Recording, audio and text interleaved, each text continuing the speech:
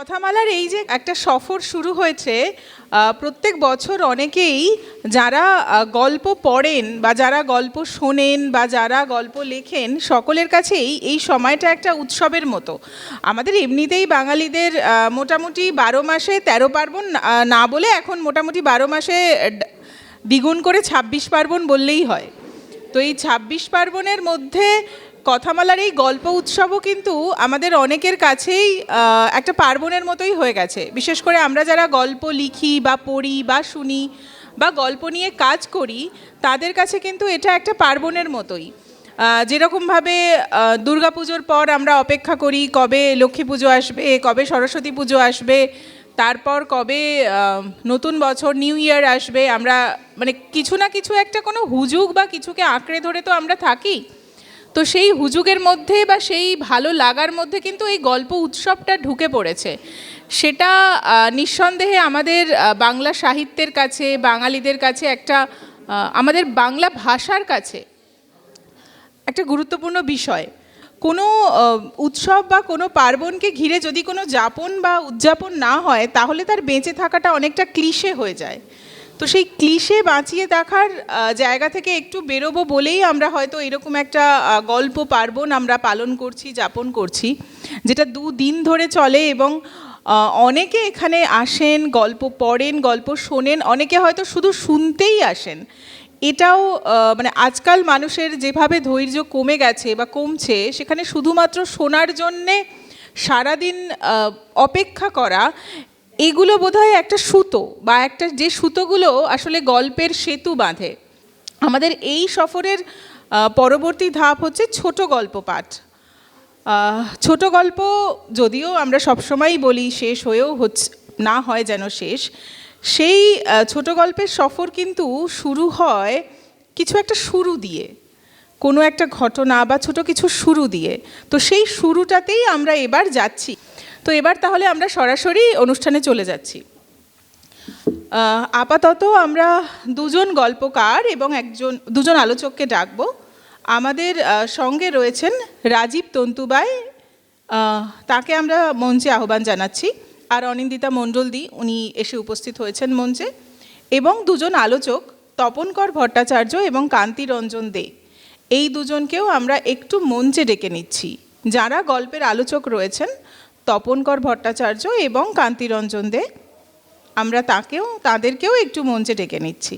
আমরা প্রথমে রাজীব তন্তুবাইকে অনুরোধ করব তার ছোট গল্পটি পাঠ করে শোনানোর জন্য। আমার গল্পের নাম সব জানে দ্বারকেশ্বর। জ্বলন্ত দুপুরে নিশ্চল হয়ে পড়ে আছে দ্বারকেশ্বর। খাঁ খাঁ করছে 2 পাড়। একপাশে উঁচু ঢিপির মতো জায়গাটায় একটা সুবিশাল কুসুম গাছ বেহায়ার মতো দাঁড়িয়ে দাঁড়িয়ে রোদ মাখছে গায়ে। তারই নিচে হেলান দিয়ে একাই বসে রয়েছে দুলু। খালি গা, নেড়া মাথায় সদ্য গোজানো চুলে দরদর করে ঘামছে ছেলেটা। কিছুটা দূরে 2-1টা আধপোড়া সাদা কালো মোড়া কাঠ, চিতাভস্য আর ছড়িয়ে ছিটিয়ে থাকা ভাঙা কলসির টুকরো। পাশে এই বালিগুলো চিকচিক করছে রোদে। একদৃষ্টে সেদিকেই তাকিয়ে আছে দুলু। নামে নদী, আসলে শুধু বালি আর বালি। কিছুদিন আগে যে ক্ষীণ জলধারাটা অতি কষ্টে এঁকে বেঁকে বয়ে চলেছিল মাঝ বরাবর, শেষ বৈশাখের রক্ত শুকানো রোদ তাও যেন শুষে নিয়েছে সব। অথচ এই দ্বারকেশ্বরেই গেল বর্ষায় দুকুল ছাপিয়ে ভরে উঠেছিল কানায় কানায়। কী তার ভয়ঙ্কর চেহারা! তারপর বর্ষা ফুরোতেই আবার দুর্বল হয়ে পড়ে দ্বারকেশ্বর। শেষমেশ চোদ বৈশাখ এলেই এক বুক বালি নিয়ে পড়ে থাকে, নির্বাক হয়ে চেয়ে চেয়ে দেখে সব কিছু। এই যেমন এখন দেখছে দুলুকে, কিভাবে হাঁটু মুড়ে আনমনা হয়ে বসে আছে একাকী। লখাইখুড়ো গরু ছাগল নিয়ে বাড়ি ফিরছিল সেই পথে। দুলুকে ওইভাবে বসে থাকতে দেখে একটু যেন থমকে যায়। রোদে ফ্যাকাশে হয়ে যাওয়া ছাতাটা বন্ধ করে কাছে এসে বলে, কিরে দুলু, আজকে ওইখানে বসে আছু?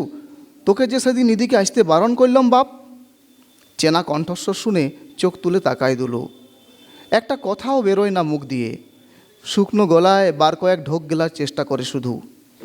লখাইখুড়ো মাথা থেকে গামছাটা খুলে কোমরে শক্ত করে বেঁধে দুলুর পাশে এসে বসে। কাঁধে হাত রেখে বলে, এইভাবে রোদবেলায় একা একা শ্মশান কুড়ে বসে থাকতে নাই তোকে। যা হবার তা হয়েছে, আর তো কিছু করার নাই বাপ, তুই ঘরের বড়, তোকেই তো সব সামলাতে হবে, এইভাবে থাকলে কি আর চলবে রে, যা ঘর যা। দুলুর কোনো সাড়া শব্দ নেই, সে তখনও রোদে পোড়া গাছটির মতোই চুপচাপ। লখাই খুড়ো এক নাগাড়ে কত কথা বলে চলেছে, একটাও যেন কানে ঢুকছে না তার। এই কটা দিন এত কথা, এত আশ্বাস, এত সমবেদনা, এমনকি এত কুৎসা কানের ভিতর আসা যাওয়া করেছে, সব যেন একসাথে জমাট বেঁধে পাথরের মতো আটকে গেছে গলিপথে, যা ভেদ করে সব কথা আর কানে যায় না এখন। লখাই খুড়ো তখনও বলে চলেছে, আর যাই হোক, তোর বাপ তো আর তেমন একটা ভালো লোক ছিল নাই রে। কথাটা শেষ হতে না হতে গরুগুলো গঙানি দিয়ে দৌড়াতে শুরু করে নদীর উপর, হুড়োহুড়ি লেগে যায় নিজেদের মধ্যে। এই দেখ, এই শালার গরুগুলো এক জায়গায় ঠিক থাকার লয়, জল খাবে মনে হচ্ছে, এখানে একা বসে থাকিস না দুলু, ঘরকে যা বলেই উঠে পর হই হই করতে করতে গরুর পিছনে দৌড় লাগায় লখাই খুড়ো। কানের পাথরটা যেন একটুখানি নড়ে ওঠে, অস্থির হয়ে ওঠে দুলু, সঙ্গে সঙ্গে চোখ দিয়ে ঝরঝর করে জল গড়িয়ে পড়ে গাল বেয়ে। লোকে আর যাই বলুক, সে তো জানে তার বাবা কেমন লোক ছিল। দোষের দোষ, বড্ড মদ গিলতো লোকটা, মদের ঘরে কোনো হুঁশ থাকতো না, কিছু বললেই হাত চালিয়ে দিত এলোপাতাড়ি। কতবার চড় চাপড় খেয়েছে দুলুর মায়ের তো পিঠের চামড়া, চুলের গড়া, শুকনো গাল রোজকার প্রহারে অসাড়ি হয়ে গিয়েছিল প্রায়। সেবার এমন মার খেয়েছিল দুলু, জ্বরেই চলে এসেছিল কাঁপুনি দিয়ে। তখন বাবা নিজে গিয়ে গ্রামীণ ডাক্তার সনাতনবাবুর কাছ থেকে ওষুধ এনে দিয়েছিল। দুলু প্রশ্ন করেছিল, তুমি আমাকে মারবেই যখন, তখন ওষুধ আনলে কেনে? ফ্যাল ফ্যাল করে হেসেছিল বাবা, মাথায় হাত বুলোতে বুলোতে বলেছিল, বাবা হলে বুঝবি। জ্বরের ঘরে শুধু অবাক হয়ে তাকিয়েছিল দুলু। ইদানিং কয়েকটা মাস অনেকটা কমে এসেছিল মাতলামি, তবু কেন যে আবার, ভাবতে ভাবতে শিউরে ওঠে দুলু, হাঁটুতে মাথা গুঁজে ডুকরে ডুকরে কেঁদে ওঠে। ততক্ষণে নড়ে উঠেছে গাছের পাতাগুলো, শুকনো বাতাস বইতে শুরু করেছে নদীর উপর, প্রচণ্ড গরম, নাক কান ঝলসে যাওয়ার জোগাড়। দুলুর তাতে কোনো ভূক্ষেপ নেই, সে শুধু শূন্য দৃষ্টি নিয়ে তাকিয়ে থাকে দূরে, যেখানে দুটো চিল ডানা মেলে উড়তে উড়তে ঘুরছে নদীর বাঁকে। আরও দূরে ওই পাড়ে আধপাড়া ভাঙা কুড়েটার দিকে চলে যাচ্ছে ধীরে ধীরে। দেখতে দেখতে ঝাপসা হয়ে আসে চোখ দুটো, যেখানে স্পষ্ট হয়ে ওঠে একটা অবয়ব, কোটরে ঢুকে যাওয়া দুটো চোখ, হাসলেই যে চোখের পাশের চামড়া কুঁচকে যায়। হাসছে লোকটা, স্পষ্ট দেখতে পাচ্ছে দুলু। গত বর্ষায় দ্বারকেশ্বরের জল পৌঁছে গেছিল তাদের গ্রামে, এত বৃষ্টি হয়েছিল তাদের মাটির ঘরের একটা দেওয়ালই ধসে পড়েছিল সেবার। বিরাট একটা অসহায় ছায়া ফুটে উঠেছিল বাবার চোখে মুখে। এক বুক নিঃশ্বাস ফেলে বলেছিল, পার্টির লোকগুলো সবাইকে ঘর দিল রে, আমাদের আর দিল নাই। বললেই বলে পরের লটে নাম আসবে, পরের লট যে আর কবে হবে। মুখ ফসকে দুলু বলেছিল, তুমি নাকি পার্টির লোকের সঙ্গে ঘোরাঘুরি করো নাই, অন্য পার্টির লোকের সঙ্গে কথা বলো, মোড় একসঙ্গে বসে চা খাও, তাই তো আর আমাদেরকে ঘর দেয় নাই। তুই কোথায় শুনলি কথা?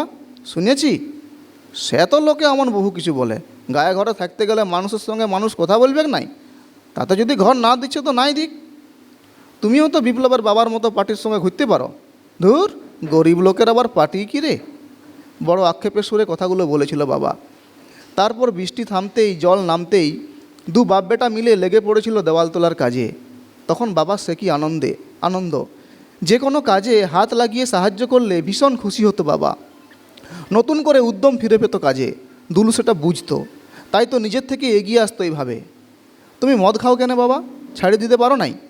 মাটির তাল এগিয়ে দিতে দিতে জিজ্ঞেস করেছিল দুলু। কতবার ভেবেছি ছাড়িয়ে দেবো, কিন্তু কই আর ছাড়িতে পারলাম। বিকাল ফুরায় সন্ধ্যা হলে আর থাকতে লারি। দেওয়ালে মাটি লেপতে লেপতে মাথা নেড়ে বলেছিল বাবা। কেন ছাড়িতে পারো নাই কেন? বিস্ময় ভরা দৃষ্টি নিয়ে তাকিয়েছিল দুলু। তোমার কিছু হয়ে গেলে তখন কি হবে? একদিন দেখবে ওই মদেই টানি নিয়ে যাবে তোমাকে।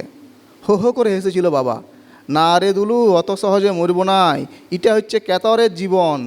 তাছাড়া মদ খাইয়ে মরলে তোরা তো এক গাদা টাকা পাবি, ভাবনা কি? হা হা হা। পাশেই রান্না করছিল দুলুর মা, ঝনঝন করে বলেছিল, আর তখন তুমি শ্মশান থেকে উঠে এসে ভোগ করবে সেই টাকা? আদিক্ষেত দেখার জায়গা নাই। এই দেখ তোর মা আর ইয়ার কি বুঝলো নাই কোনো দিন। ঘাড় নেড়ে নেড়ে কথাগুলো বলেছিল বাবা। না বাবা, তুমি আর ভাটি যাবে নাই বলে দিলাম, নইলে আমিও মদ খাওয়া ধরবো তোমার মতন, জোর দিয়ে বলে উঠেছিল দুলু। দূর বোকা, অমন বলতে আছে নাকি? বাবার কথাটা শেষ হতে না হতেই মা বলেছিল, মাতালে ছিল তো মাতাল হবে কি?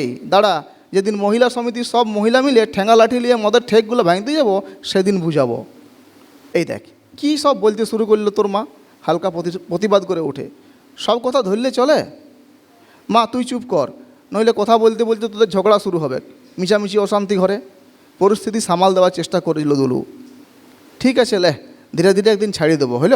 চত এবার নদীতে গাটা ধুয়ে আসি, বেলা হলো। বাবার মুখে কথাগুলো শুনে বড্ড ভালো লেগেছিল সেদিন। স্বপ্নের মতো মনে হচ্ছিল সব কিছু। একরকম প্রায় নাচতে নাচতে স্নান করতে গিয়েছিল দুলু। দ্বারকেশ্বরের তখন ভরা যৌবন। দু বাপ বেটা গামছায় ছাঁকনি দিয়ে চুনো মাছ ধরে বাড়ি ফিরেছিল খুশি মনে। হঠাৎ কী করে যে কি হয়ে গেল ভাবতে ভাবতে বুকের ভিতরটা হুহু করে উঠল দুলুর। অজান্তেই হাঁটুর উপর মৃদু কামড় বসাতে লাগলো কাপা দাঁতে। জোরে জোরে শ্বাস বইতে লাগলো নাক বেয়ে। সেদিন সকালে বৃষ্টি হচ্ছিল খুব। দুপুরে বৃষ্টি থামলেও মেঘ কাটেনি তখনও। অন্য দিনের মতো সেদিনও বাবা, দুলু আর তার বোন ফুলকি খেতে বসেছিল বারান্দায়। কথা হতে হতে ফুলকি বলে ফেলে, জানো বাবা, দাদা বলছিল তোমার কাছে টাকা নিয়ে একটা বড় ফোন কিনবে, ফেসবুক না কী সব করবে। কেন, যেটা আছে ওটাই হচ্ছে নাই? ভাত চিবোতে চিবোতে বলেছিল দুলুর বাবা। এটা কোনো ফোন হইল?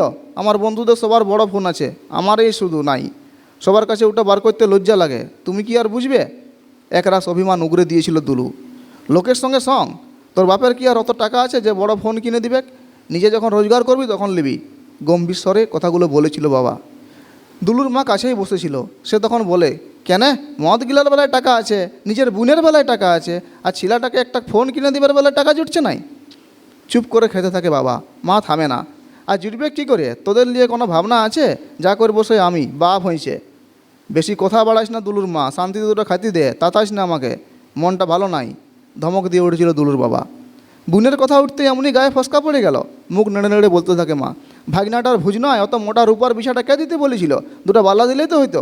তার বেলায় ফিরিয়ে একেবারে উপচে পড়ছে। কেন, উহাদেরও তো অনেক আছে, কোনোদিন কিছু দিয়েছে তোমার ছেলে মেয়াদের হাতে? তাতে কি হয়েছে? উত্তেজিত হয়ে ওঠে দুলুর বাবা।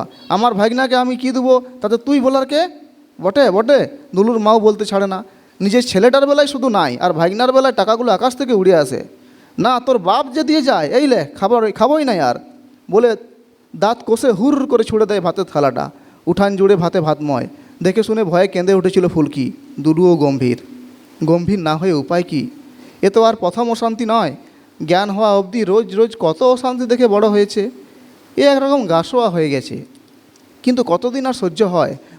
কতভাবে বোঝানোর চেষ্টা করেছে বাবা মাকে। বোঝানোর সময় বুঝেওছে ওরা যেন আর কোনো দিন অশান্তি করবে না। কিন্তু পরে আবার সেইকে সেই। না পেরে বহুবার ঘর থেকে বেরিয়ে নদীর বালিতে এসে একটুখানি শান্তি পাওয়ার চেষ্টা করেছে দুলু। কিন্তু চাইলেই কি আর হয়? যার অন্তরে অশান্তির স্রোত, নদী তাকে কিভাবে সান্ত্বনা দেয়?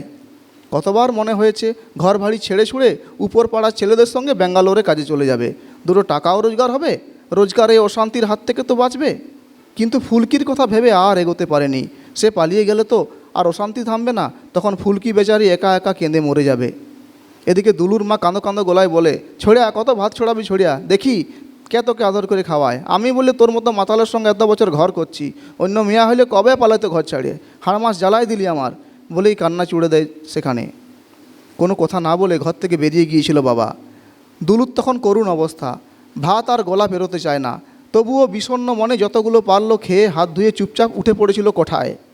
শুয়ে শুয়ে ভাবতে থাকে, মাধ্যমিকের রেজাল্টটা বেরোক, যদি পাস করে তাহলে অন্য, নইলে সোজা ব্যাঙ্গালোর। ভাবতে ভাবতে কখন যে ঘুমিয়ে পড়েছিল খেয়াল ছিল না তার। ঘুম ভাঙে মায়ের চিৎকারে, ও মা গো, মোরাই দিল গো, এ দুলু আয় রে বাবা, আমাকে মারে দিল রে।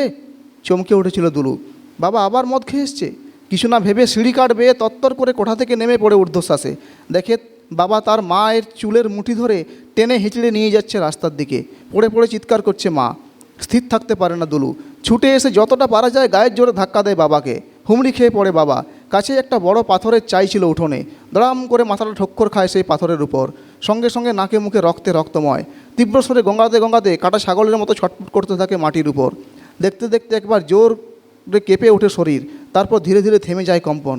ই কী করলি রে দুলু, ই কী করলি বাবা, আর্তনাদ করে ওঠে দুলুর মা। ততক্ষণে পাড়ার লোকজন সব জড়ো হয়ে গেছে দুলুদের উঠোনে। খবর পেয়ে সনাতন ডাক্তারও ছুটে এসেছিলেন সেখানে।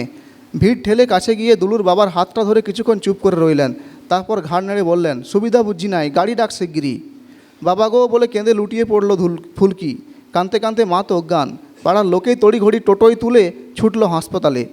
দিন কয়েকের মধ্যেই বন্ধ হয়ে গেল সব ছুটাছুটি। দুলু তখন চুপচাপ, কত লোক, কত কথা, কত কোলাহল, তারপর বাকি তো সব নিজের চোখেই দেখেছে দ্বারকেশ্বর। হঠাৎ একটা দমকা হাওয়া এসে লাগে দুলুর মুখে, কেঁপে ওঠে দুলু। পশ্চিম আকাশে সূর্য তখন ঢেকে গেছে ঘোর কালো মেঘে, বাতাসের গতিটা একটু বেড়েছে, কালবৈশাখী এলো বলে। দুলু তখনও এক দৃষ্টিতে তার বাবার চিতাভস্মের দিকে তাকিয়ে। দাদা, হঠাৎ ডাকে। দুলু পিছন ফিরে তাকায়, দেখে ফুলকি এসে দাঁড়িয়েছে কোন সময়। ছোট ছোট চোখ করে বলে, ঘর চ, মামা দাদু আসিছে, আমাদেরকে নিয়ে যাবে। মা বলল তুইও যাবি। উঠে দাঁড়ায় দুলু, কিছু না বলে দু এক পা করে এগিয়ে যায় নদীর দিকে। এসে থামে চিতাভস্মের কাছে। ফুলকিও তার পিছনে এসে দাঁড়ায়। চোখ তুলে ফুলকির দিকে তাকায় দুলু, কাঁদছে ফুলকি। শান্ত সুরে দুলু বলে, তোরা যা বুনি, আমি যাব নাই। হাত দিয়ে চোখ মুছে ফুলকি বলে, চ নরে দাদা, এখানে থাকিস না। গর্জে উঠে দুলি, বললাম তো যাব নাই, এখান ছাড়ে কোথাও যাব নাই বলেই নদীর চরে বালির উপর দৌড়াতে থাকে, দূরে, অনেক দূরে। ফুলকি শুধু নির্বাক হয়ে তাকিয়ে থাকে সেই দিকে। কালবৈশাখী তখন ভয়ঙ্কর নদীর পাড় জুড়ে। হঠাৎ চড়াং করে বাজ পড়ে কিছুটা দূরে একটা তাল গাছে। কেঁপে ওঠে দুলু, ঝলসে উঠে চোখ, থমকে দাঁড়ায় নদীর মাঝে। পিছন ফিরে দেখে ফুলকি কেমন কুঁকড়ে গিয়ে দুহাত দিয়ে কান ঢেকে বসে পড়েছে বালির উপর, থরথর করে কাঁপছে ভয়ে। সঙ্গে সঙ্গে ছুটে গিয়ে জড়িয়ে ধরে বোনকে, হাতটা ধরে টেনে তুলে তাকে।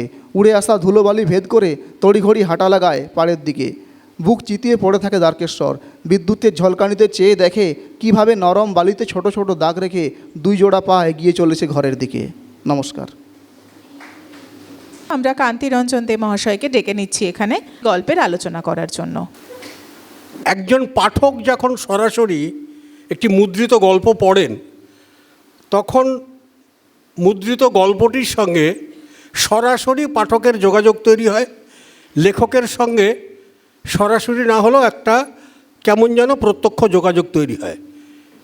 কিন্তু মঞ্চে মাইক্রোফোনের সামনে যখন শ্রোতা হিসেবে আমরা গল্প শুনি, তখন গল্পটি কেমন, গল্পকারের লেখার ক্ষমতাটি কেমন, বিষয় কেমন, উপস্থাপনা কেমন, এ ছাপিয়ে আরও কতগুলো জিনিস কিন্তু বিবেচনার মধ্যে চলে আসে, যা চলে আসা উচিত নয়। মাইক্রোফোনটি কেমন, সাউন্ড প্রজেকশন সিস্টেম কেমন, লেখকের উচ্চারণ কেমন, লেখকের কণ্ঠস্বর কেমন, লেখক বিরতি নিতে জানেন কি না, আর তার সঙ্গে সময় অভাব তো আছেই। আমি সরাসরি কাজের কথায় আসি। রাজীব তন্তুবায়ের সব জানে দ্বারকেশ্বর। আমি মফস্বল শহর ঘেঁষা মফস্বলে বড় হয়েছি, ফলে শহরকে আমি যতটা চেনবার সুযোগ পেয়েছি, গ্রামকে ততটা চেনবার সুযোগ আমি পাইনি। ফলে গ্রামের গল্প পড়তে পেলে, শুনতে পেলে আমার ভেতরে এক ধরনের আহ্লাদ, আনন্দ কাজ করে। ফলে রাজীব তন্তুবায়ের গল্পটা সম্পর্কে আমার একটা প্রত্যাশা প্রায় সঙ্গে সঙ্গে তৈরি হয়ে গেল। যদিও গল্পটা খুব ভালো শুনতে পারছিলাম না, কিন্তু মন দিয়ে শোনবার চেষ্টা করছিলাম। এখন একটা গল্প আমাদের দুদিক থেকে টানে, একটা হচ্ছে বিষয় আর একটা হচ্ছে উপস্থাপনা। রাজীবের গল্পের পরিবেশ গ্রামীণ পরিবেশ, ফলে সেখানে একটা আমার মতো পাঠকের কাছে একটা আকর্ষণ প্রাথমিকভাবেই তৈরি হয়ে যায়। কিন্তু প্রশ্নটা হচ্ছে যে রাজীবের কাছে, রাজীব যে প্রত্যাশাটা জাগান, সেই প্রত্যাশাটা কিন্তু আমার কাছে পূরণ হয় না। কেননা উপস্থাপনায় কিছু কিছু সমস্যা আছে বলে আমার ব্যক্তিগতভাবে মনে হয়েছে। এটা তাৎক্ষণিক প্রতিক্রিয়া আমার, বুঝতেই পারছেন। অনেকের সঙ্গে আমার প্রতিক্রিয়া নাও মিলতে পারে। আমার ব্যক্তিগত তাৎক্ষণিক প্রতিক্রিয়া,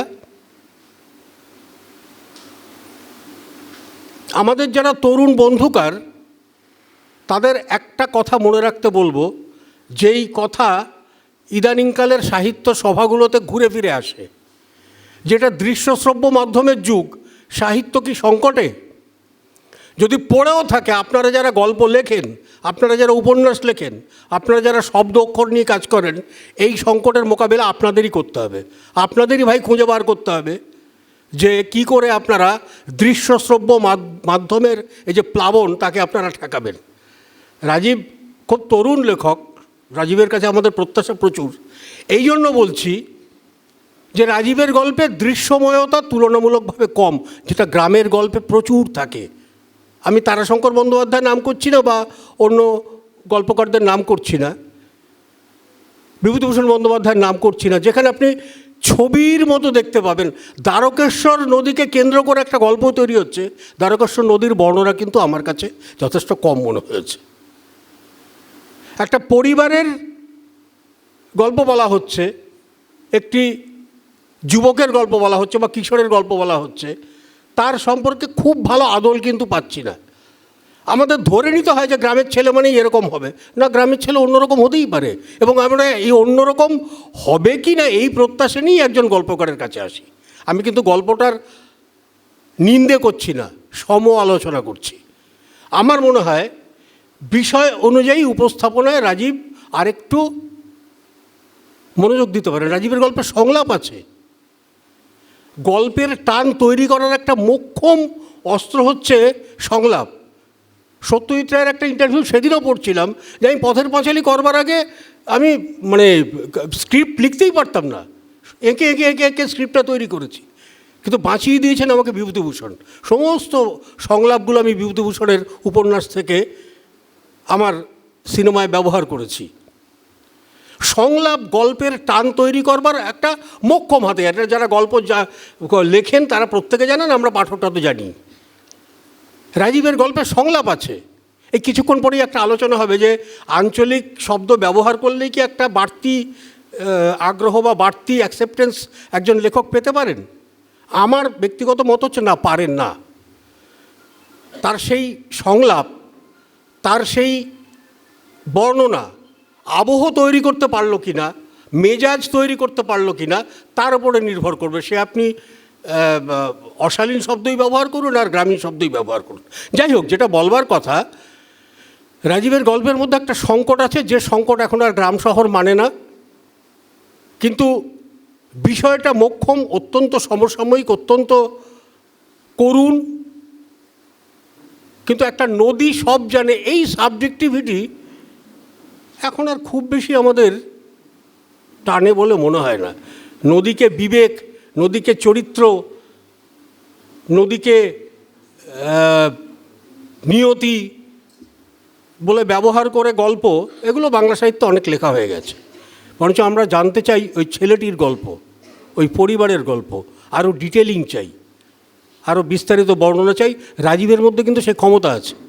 অসাধারণ একটা সাবলীল উপস্থাপনা ওর গল্পের মধ্যে আছে, সাবলীলতা আছে, সহজতা আছে।